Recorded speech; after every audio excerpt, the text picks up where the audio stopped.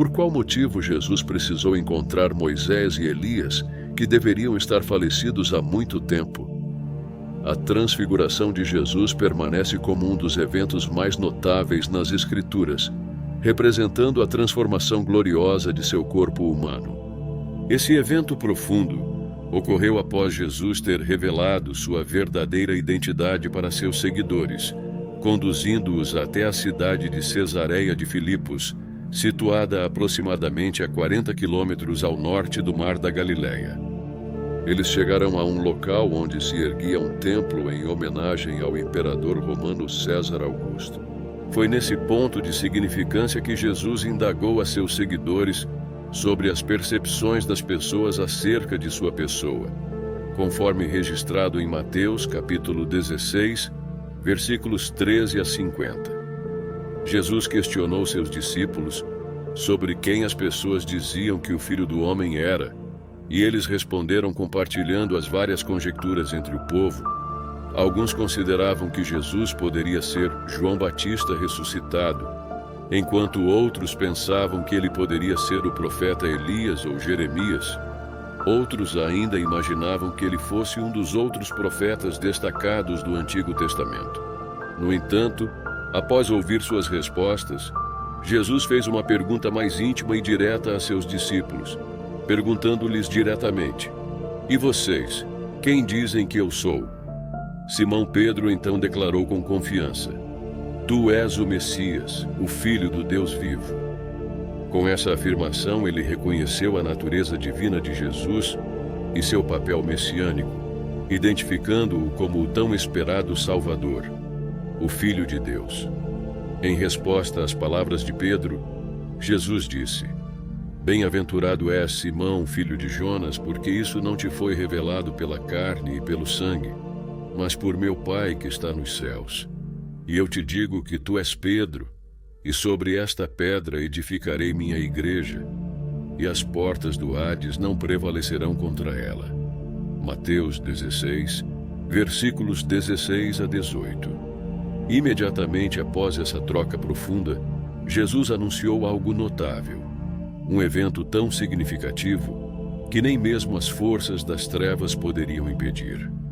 A partir desse momento, Jesus começou a explicar a seus discípulos sua missão. Ele iria para Jerusalém, sofreria nas mãos das autoridades religiosas, seria crucificado e ressuscitaria no terceiro dia. Essa revelação lançou as bases para a mensagem do Evangelho. Após 6 dias, Jesus levou Pedro, Tiago e João a um alto monte, onde foi transfigurado diante deles. Seu rosto brilhou como o sol, e suas roupas ficaram brilhantes como a luz. Mateus 17, versículos 1 ao 2. Nesses eventos, observamos o desdobramento do plano de Deus para a humanidade. A confissão de fé de Pedro levou Jesus a afirmar o estabelecimento de sua igreja, significando uma nova aliança e um futuro triunfante. A transfiguração revelou a glória divina de Jesus, prenunciando sua vitória final sobre o pecado e a morte, através de seu sacrifício, morte e ressurreição. Esses eventos formam a base da fé cristã, enfatizando o poder da revelação de Deus e sua obra redentora por meio de seu Filho Jesus Cristo. Além da aparência física de Jesus no momento da transfiguração, outra coisa extraordinária que ocorreu foi a aparição dos falecidos Moisés e Elias, conversando com Jesus. Sua presença significou a continuidade do plano de Deus ao longo da história, com Jesus cumprindo o papel do Messias prometido. Foi uma compreensão profunda para os discípulos, bem como a confirmação de Jesus como o Cristo, o tão esperado Salvador. A conversa que Moisés e Elias tiveram com Jesus ilustra a compreensão cognitiva e a comunicação daqueles que faleceram e agora compõem o reino de Deus.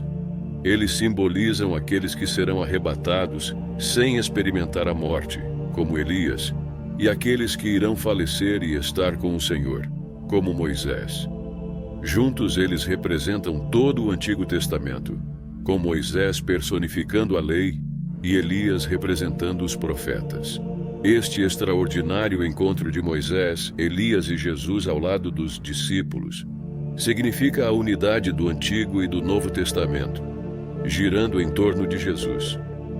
É por isso que Pedro, percebendo a profundidade do momento, sugeriu erguer 3 abrigos para Jesus, Moisés e Elias.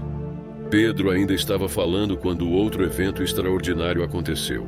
Uma nuvem brilhante os envolveu, e uma voz da nuvem proclamou: "Este é meu filho amado, com quem estou muito satisfeito. Ouvi-o." Os discípulos, impressionados com esta revelação divina, caíram de bruços no chão, cheios de medo e reverência.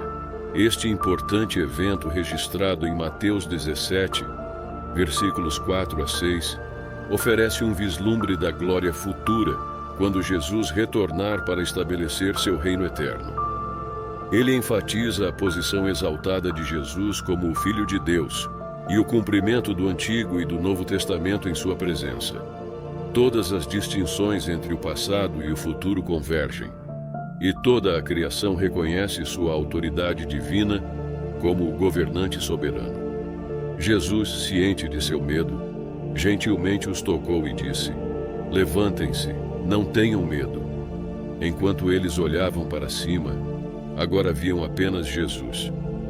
Este encontro poderoso enfatizou que Jesus não é apenas um entre muitos servos fiéis de Deus ou apenas um profeta. Ele é superior a todos eles. Os ministérios de Moisés e Elias, representados na montanha, em última análise, apontaram para Cristo, que é o foco central de todas as Escrituras. Enquanto desciam a montanha, Jesus instruiu os discípulos a não contarem a ninguém sobre a visão até depois de sua ressurreição dentre os mortos. Ele fez isso porque sabia que, se as multidões ouvissem sobre isso, poderiam entendê-lo mal e tentar torná-lo um rei terrestre, em vez de entender sua verdadeira missão como o rei ressuscitado do reino eterno. Ainda no caminho de volta da transfiguração, Jesus forneceu uma grande revelação aos discípulos, curiosos sobre a profecia da vinda de Elias. Perguntaram a Jesus por que os mestres da lei diziam que Elias deveria vir primeiro. Jesus esclareceu que Elias já havia vindo, mas não foi reconhecido. Os discípulos entenderam que Jesus estava se referindo a João Batista, que veio no espírito e no poder de Elias, conforme predito no Evangelho de Lucas. Lucas 1, versículo 17. A transfiguração serve como um momento profundo, afirmando a natureza divina de Jesus, seu papel como o cumprimento das profecias e da lei do Antigo Testamento, e a confirmação de sua missão como Salvador e Rei. A presença de Moisés e Elias enfatiza ainda mais a continuidade e a culminação do plano redentor de Deus na pessoa de Jesus Cristo. A cena da transfiguração de Jesus representa um vislumbre de seu reino vindouro e sua plenitude. É também um cumprimento do que Jesus havia dito anteriormente a seus discípulos, que alguns deles testemunhariam o Filho do Homem vindo em seu reino antes de provar a morte. Mateus 16, versículo 28. Meus queridos, se vocês gostaram desse vídeo, por favor, se inscreva no canal, dê um like e compartilhe. Precisamos divulgar as Escrituras Sagradas para o mundo, e você pode contribuir para isso. Um abraço e que Deus te abençoe e sua família.